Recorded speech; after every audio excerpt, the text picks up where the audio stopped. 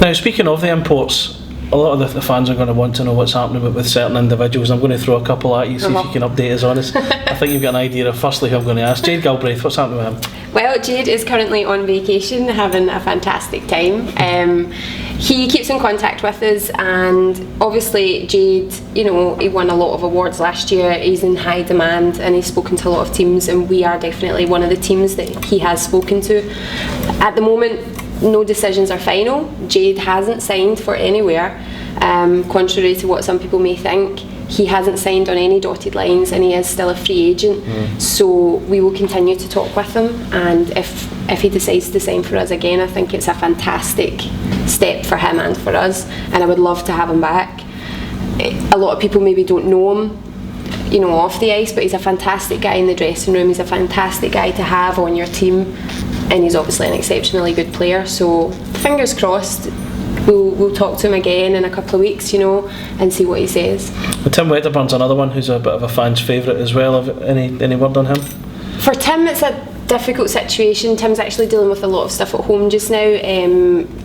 Personal reasons. Tim may return to playing hockey next year, and he may not. He may actually take a year out. So again, we'll keep talking to Tim actively throughout the off season and engage that situation with him, and hopefully, if all being well at home, he'll return, and if not, maybe he'll take a year out and then return to us, hopefully, in the future.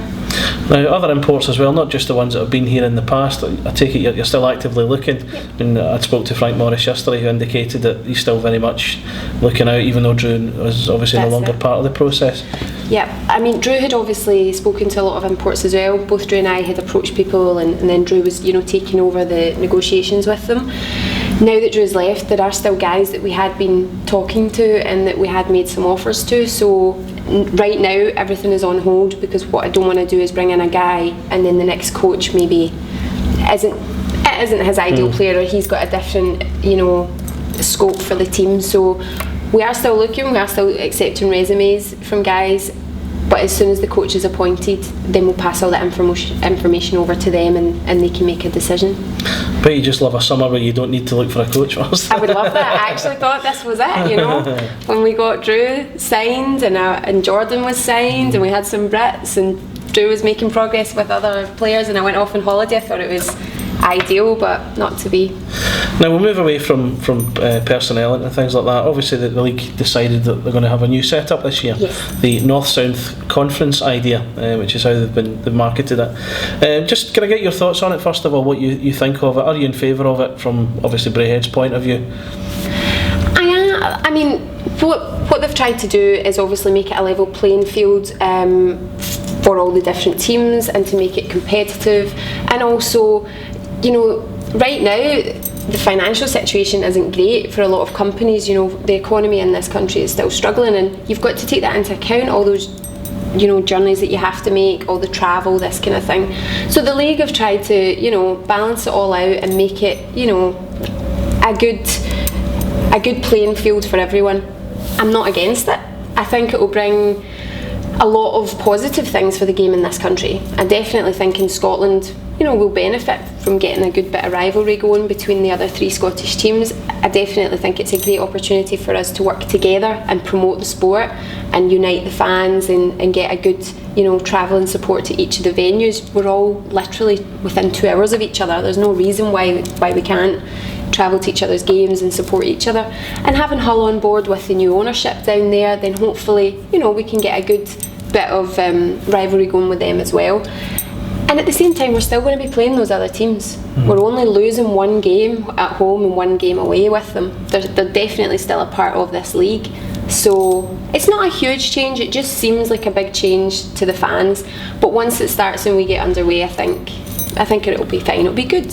One of the major criticisms of this new league is the fact that, looking at it from the North Conference's point of view, if I can call it that, is that Braehead have been handed a huge advantage, that they could actually win not only the conference but have a place in the playoffs as well. Well, you never know, because if you look at our stats last season, we actually performed better against the bigger teams than we did against the likes of Edinburgh and Dundee and Fife. We went to Edinburgh last season. The 3 games we played there, we lost 2 and we won 1 in overtime. and they were good games. You know, that whether we played bad, they played good, or it was actually pretty evenly matched, they were good games.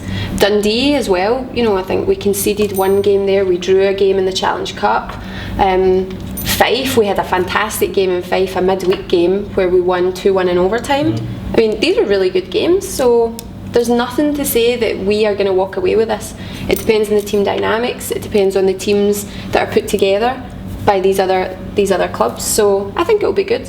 I do. Would you not much rather have had Belfast in a North Conference, make it literally a North-South Conference? Again, that's something that a lot of people have a lot of trouble with. Travel-wise, yes, definitely, because we're all, you know, on this side of the border, so fair enough. But do you know what? As long as we've got teams to play and games to put on, I'm quite happy.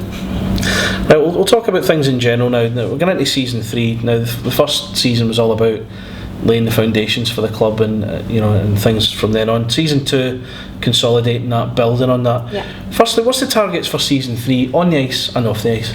For me, season 3, prior to the change in the league, I wanted us to be competing, you know, a top 4 team. Really did. I wanted us to move up from that middle of the table to just past there, even challenging for some silverware.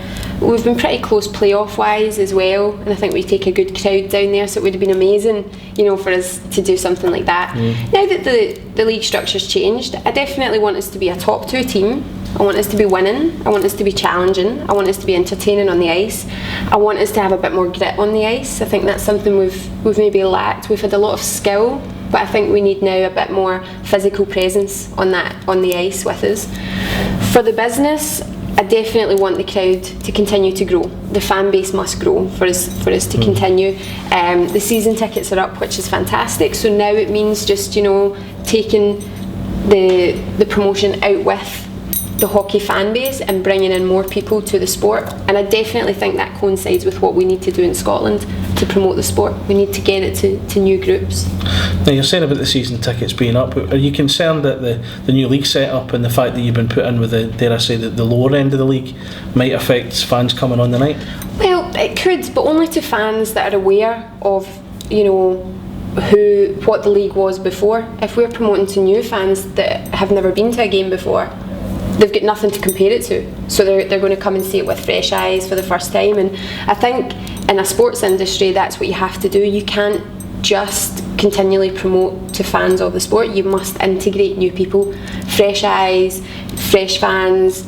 You need to have a revolving door of fans as well as your core, and that's what I hope to do. I hope that the core fans of the team and the sport will continue to come, and then we can top that up with integrating these new fans from the local communities.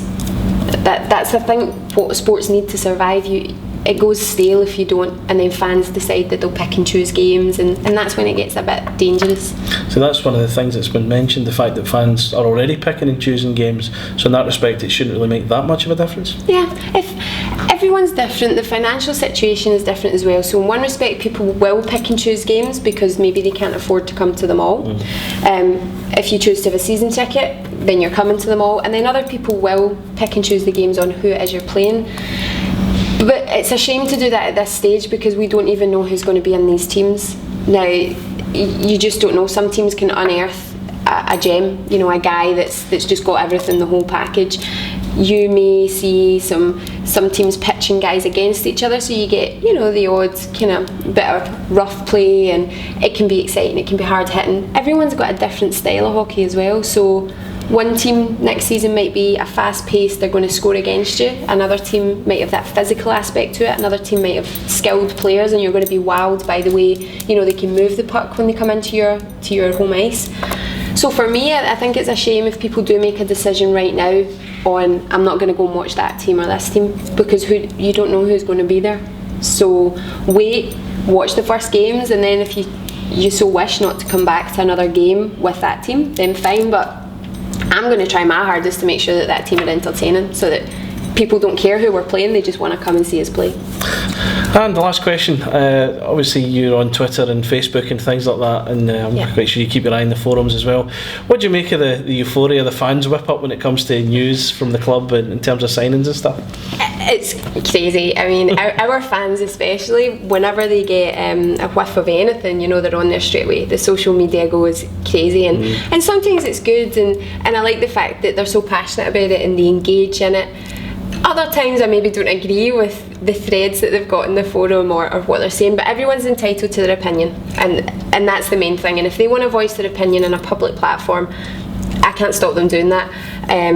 Most of them will say something and you'll see the thread develops. It starts one way and goes off on a tangent another way, and that's fine. But I mean, I love the fact that our fans tweet things and Facebook things, and we're quite interactive, and I like that. It's good. You probably get the same amount of tweets and messages I get when as soon as there's something exactly, and as soon as there's something coming. That's it. Before you know it, the phone's going crazy. You're getting, you know, alert messages left, right, and centre. But it's good, and I'm very proud of our fans. You know, they do keep things going over the summer. They, you know, they have their own little groups and they go out and they do things and they try and actively promote the team. And when we go to events like the playoff finals weekends, I mean, you would have thought that our team were there because our fans were so vocal and they were great. They were in good spirits. So I'm very proud of them, and I want that to continue. I want them to keep that loyalty going.